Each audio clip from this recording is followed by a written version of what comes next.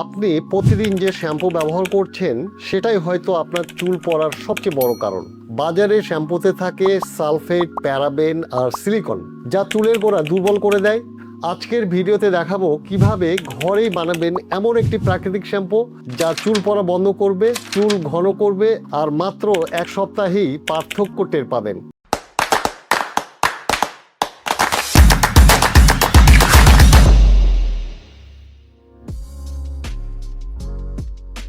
আসসালামু আলাইকুম প্রিয় দর্শক, আপনাদের সকলকে আমন্ত্রণ জানাচ্ছি লিনেট ন্যাচারাল পক্ষ থেকে। চলুন তাহলে শুরু করি।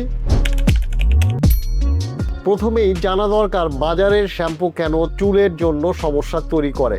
সালফেট এটা শ্যাম্পুকে ফেনা তৈরি করতে সাহায্য করে, কিন্তু এই একই উপাদান চুলের প্রাকৃতিক তেল সম্পূর্ণ ধুয়ে ফেলে, ফলে চুল হয় রুক্ষ ও ভঙ্গুর।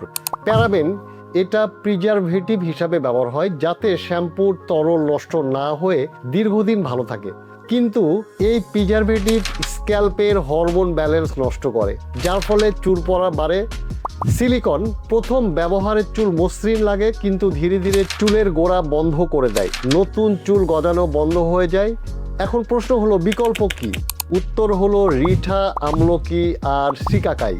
বিশ্বাস করুন, এই তিনটি উপাদান মিলে বাজারের যে কোনো শ্যাম্পুর চেয়ে বেশি কার্যকর। এই শ্যাম্পু বানাতে লাগবে মাত্র 4টি উপাদান। রিঠা ভেজানো পানি 3 টেবিল চামচ, এটা প্রাকৃতিক ক্লিনার হিসেবে কাজ করে এবং স্ক্যাল্প গভীরভাবে পরিষ্কার রাখে। আমলকি পাউডার 1 টেবিল চামচ, কোলাজেন উৎপাদন বাড়াতে সাহায্য করে এবং চুলের গোড়া মজবুত করে। শিকাকাই পাউডার 1 টেবিল চামচ ডিএইচটি হরমোনের প্রভাব কমাতে সহায়তা করে, ফলে চুল পড়া নিয়ন্ত্রণে সাহায্য করে। অ্যালোভেরা জেল 2 টেবিল চামচ, স্ক্যাল্প ঠান্ডা রাখে এবং প্রয়োজনীয় আর্দ্রতা যোগায়। রিঠা রাতে পানিতে ভিজিয়ে রাখুন, সকালে সেই পানিটাই ব্যবহার হবে। এটাই এই শ্যাম্পুর বেস।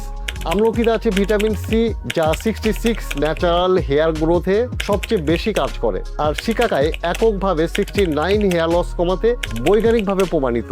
এখন দেখি কিভাবে বানাবেন।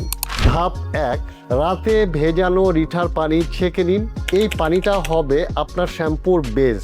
ধাপ 2, এতে 1 টেবিল চামচ আমলকি পাউডার ও 1 টেবিল চামচ শিকাকাই পাউডার মেশান, ভালো করে নাড়ুন যেন কোনো দলা না থাকে। ধাপ 3, 2 টেবিল চামচ তাজা অ্যালোভেরা জেল যোগ করুন, অ্যালোভেরা মিশিয়ে আরেকবার ভালো করে মেশান। ধাপ 4, মিশ্রণটা একটু ঘন হলে সামান্য পরিমাণ গোলাপ জল মেশাতে পারেন, এতে সুগন্ধ হবে, স্ক্যাল্পও ঠান্ডা থাকবে। বাস, তৈরি হয়ে গেল আপনার শ্যাম্পু। এই পুরো প্রক্রিয়ায় লাগবে মাত্র 5 মিনিট। একটা সতর্কতা, এই শ্যাম্পুতে কোনো প্রিজারভেটিভ নেই, তাই একবারে বেশি বানাবেন না। প্রতিবার ব্যবহারের আগে তাজা বানান অথবা ফ্রিজে রেখে 3 দিনের মধ্যে ব্যবহার করুন। ভিডিওটা একটু পজ করে এই রেসিপিটা স্ক্রিনশট নিয়ে রাখুন আর কমেন্টে অবশ্যই জানাবেন আপনি কি আগে কখনো রিঠা ব্যবহার করেছেন। এখনো সাবস্ক্রাইব না করলে এখনই করুন, পরে মনে থাকবে না। এই শ্যাম্পু সপ্তাহে 2 থেকে 3 বার ব্যবহার করুন।